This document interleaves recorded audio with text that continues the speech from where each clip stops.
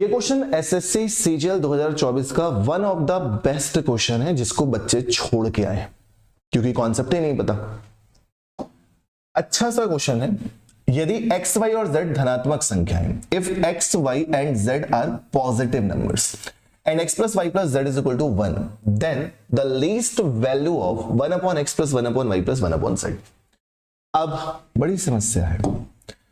x plus y plus z is equal to 1 दिया हुआ है, 1 दिया हुआ है और साथ में x, y और z तीनों के तीनों पॉजिटिव नंबर्स हैं, पॉजिटिव इंटीजर्स नहीं है। इंटीजर्स होते तो 1 2 3 4 5 रखा जाता।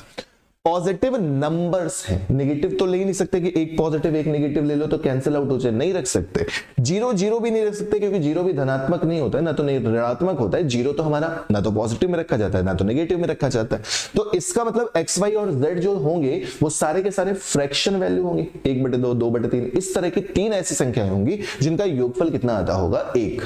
वो निकालना तो हमारे लिए संभव नहीं, बहुत मुश्किल काम है।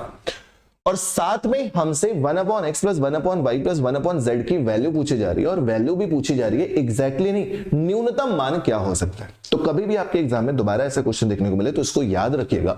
एक कॉन्सेप्ट होता है आपका am is greater than equal to hm। am का मतलब अरिथमेटिक मीन, hm का मतलब हार्मोनिक मीन।